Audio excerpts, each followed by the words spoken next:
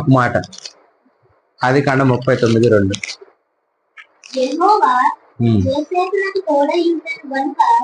యేసేపునకు తోడై ఉండెను గనుక అతడు వర్ధిల్లుచు తన యజమానుడును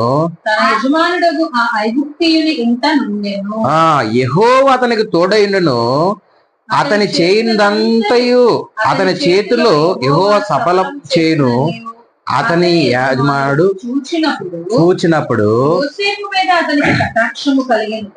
కనుక అతడు హల్లెలూయా. ఇక్కడ చూడండి, యెహోవా యోసేపునకు ఏమై ఉన్నాడు? తోడై ఉన్నాడు. ఎందుకు తోడై ఉన్నాడు యోసేపునకు? ఒకసారి మనం జ్ఞాపకం చేసుకుంటే, యోసేపునకు దేవుడు ఎందుకు తోడుగా ఉన్నాడు అంటే, చిన్న వయసు నుంచి తల్లిదండ్రులు అతన్ని వదిలివేసిన, అన్నదమ్ములు చంపేయాలని ప్రయత్నించిన, కానీ దేవుని మాటను మాత్రం ఎప్పుడు అతను తృణీకరించలేదు. అందుకనే యోసేపునకు ఏమై ఉన్నాడు? దేవుడు తోడై ఉన్నాడు. హల్లెలూయా.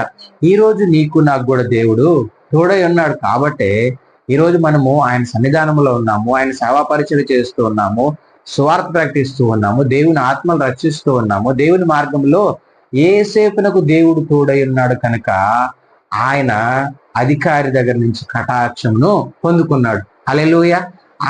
ఆయన దగ్గర ఉన్న సమస్తమైన దేవుడు ఏం చేశాడు? ఆయనకి అధికారం ఇచ్చాడు. ఎందుకు యోసేపునకు?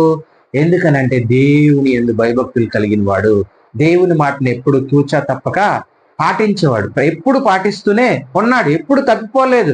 ఆయనకు ఒక సమస్య ఎదురుపడినా కూడా సరే ఆ సమస్య నుంచి పారిపోయినాడు. ఎందుకనంటే నా దేవుడికి నేను దూరం అయిపోతానండి. హల్లెలూయా. ఈ రోజు నువ్వు కూడా అలాగే ఉండాలి. ఎందుకనంటే అమ్మో, నాకు ఎవరు తోడై ఉన్నాడు? జీవం కలిగిన దేవుడు తోడై ఉన్నాడు. ఆయన నన్ను చూస్తూ ఉన్నాడు, నన్ను ఆయన కన్సర్న్లో నేను ఉన్నాను.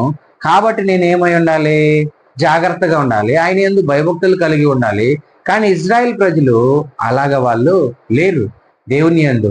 కానీ ఈరోజు నువ్వు నేను ఖచ్చితంగా ఎలాగుండాలనంటే, ఆయన మనకు తోడై ఉండాలని అంటే మనము ఈ లోకంకు దూరంగా ఉండాలి. హల్లెలూయా.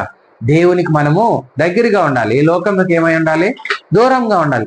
అందుకే అంటూ ఉన్నాడు ఈరోజు దేవుడు, నేను నీకు తోడుగా ఉంటాను, నేను నీకు నీడగా ఉంటాను, నేను నీకు ఆశ్రయ దుర్గముగా ఉంటానని చెప్పి దేవుడు చెప్తూ ఉన్నాడు. అయితే మనము ఏమై ఉంటామంటే, చూడండి, ఆయనలో ఉంటే, ఆయనలో నిలిచి ఉంటే మనకు ఎలాంటి ఆశీర్వాదం వస్తుందని అంట. చూడండి, ఆ తామర పుష్పం పెరిగినట్లు అతడు అభివృద్ధి నొందును. హల్లెలూయా. ఇక్కడ యోసేపు జీవితంలో కూడా